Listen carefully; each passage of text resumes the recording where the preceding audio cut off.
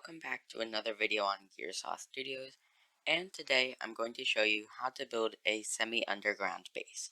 So, remember, please like and subscribe, and without further ado, onto the tutorial. So, our palette is going to be easy. We're going to be using glass, so that way we have a nice skylight. Then we have the polished andesite for framing, oak planks for the walls, with the stripped oak logs being the trim, spruce stripped logs being the just support to an extent. I'll explain more on that later. And our furniture is going to be made out of spruce wood. And that might change to dark oak depending on how the space looks. Then for the flooring, we're going to be using birch planks. Then find a nice flat area, and you want to start by making approximately a 10 wide circle. So, link to a circle generated in this description.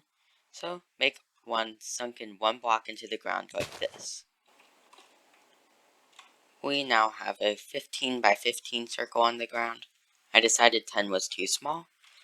And another simple thing we need to do, just make the ground kind of low in here. Make it approximately 6 to 7 blocks deep. And now you want to make that for birch planks. We now have a pit, and it has birch at the bottom, and not terribly remarkable. So, let's make it look prettier. You're going to need a new block in your palette, waxed blocks of copper, and you use them just whenever logs meet up. So, placing them how I'm doing is probably going to be the majority of what you're going to be doing with these, if not the entire build of these blocks, which is why I probably forgot. So, you want to have these spruce logs be support beams, have them on the corners, and you can have them connect up these copper blocks right here. So, looks just a bit more homey. Then, we have some oak planks just everywhere else, except the bottommost block of these walls, which will have stripped oak logs facing up, like that. And once you have your planks in, it starts looking very nice. So, do that, and you'll now have a nice base of operations in the middle. With this room now in place, we are starting to get somewhere. We'll focus on lighting a little bit later. For now, we want to make tunnels. And we want to have them 4 wide instead of however high this room is, because, varied. And once it's 4 wide, make it about 5-6 blocks long. We don't want it to be too long because we're going to build another circle up here and have crops in them. And the water used for watering the crops will be the access points of this space. So, just make your little rooms here, and make sure to leave places for doorways. We got our hallways finished. I kind of just decorated them real quick because they aren't really that hard. And we want to excavate these rooms over here. So, continuing the same wall design, you could make this protrude, or you could have it go like this. Either or is good, but I prefer keeping it the same level there. And you'll want to make it square. So, pretend this is approximately where the wall is. You just go all the way to the corner until you end up at the other wall. So that way you have 4 equally sized, kind of square-like rooms. We now have a thoroughly replicated place, and you could just go around here endlessly wasting all of your hunger. But that's aside from the point. We now have a rough shape in here. And you may have noticed in the rough center of each room, it does not have to be exact, and I don't recommend trying to make it exact.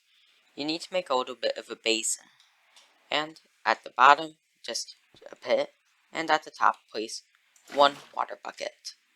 And now it's a way to get in and out. Although you'll probably have to deal with water flowing noises, you could only include it on one side, and there's a chance it might just not occur.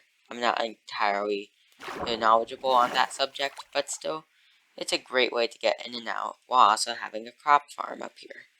So do that for each side, or just have the normal water sitting there. And finally put a roof on this, so that way, once you have your entrance, you can stop taking your small amounts of fall damage trying to get into here if you're building it in survival.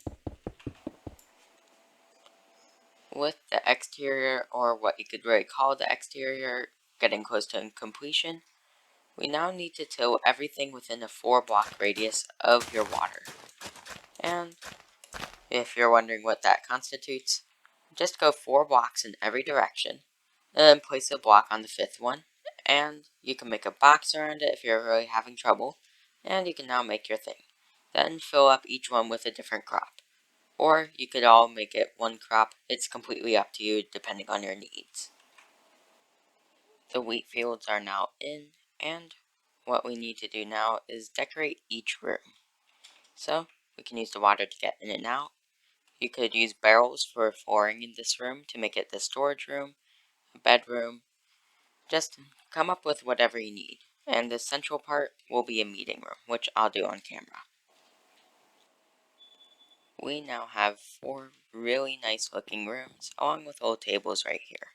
So going through each one, we have the bedroom. So this could easily fit up to 4 players, so it's a good co-op base. Then we have our utilities, a lot of brewing stands in case you really just need a lot of potions. And we have all the other things you'll need. Then we just have a relaxation room. Honestly, I kind of ran out of ideas here, but you can have your music discs, carpets, and also just a little thing I did not include. You can include this little area. You can punch out that block and you can turn it into your mine, or you can have bubble elevators. The reason why we don't have elevators in here is because they will create source blocks and flood the whole thing. Then we have the storage room, just barrels on the walls, well, everywhere but the walls, ceiling and floor. Also, take note of where I've placed the torches, all on the stripped logs.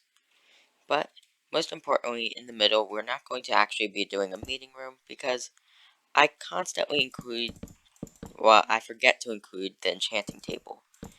And, you kind of need those. So, just a quick design. Then you just get an item, see if it goes up to 30, and if it does, then you can start decorating. Don't forget to include a barrel of lapis somewhere. Or, if you can't, just have a chest outside of the ring. And include some carpet somewhere in here, so 1 block away from the walls. Then you can replace the floor with red wool in order to give a nice illusion, and you'll be done. With the middle arrangement, with our enchanting table, the chest, and the obvious grindstone because enchanting is annoying, we are now done with this build. You can see quite a bit. We have our wheat fields on top, so food's no longer a concern. We have a nice just room you can have some music in. Storage, albeit it's not chests, it's still something for quite a small place. We have a bedroom, easy to access in and out, which you can include mines in. Then we have utilities, and you can cram a lot in here. And with your enchanting table, it works really well. On top of that, you could just theoretically make a ladders in here and go lower and lower. So you could make an indefinitely expanding base. Albeit, perhaps it would just be better to rebuild a bigger and different paleted one. And with that, it's the end of today's video. If you enjoyed this video, remember, please like and subscribe. It really helps me out. So, take care, enjoy your new base. Gearsaw out.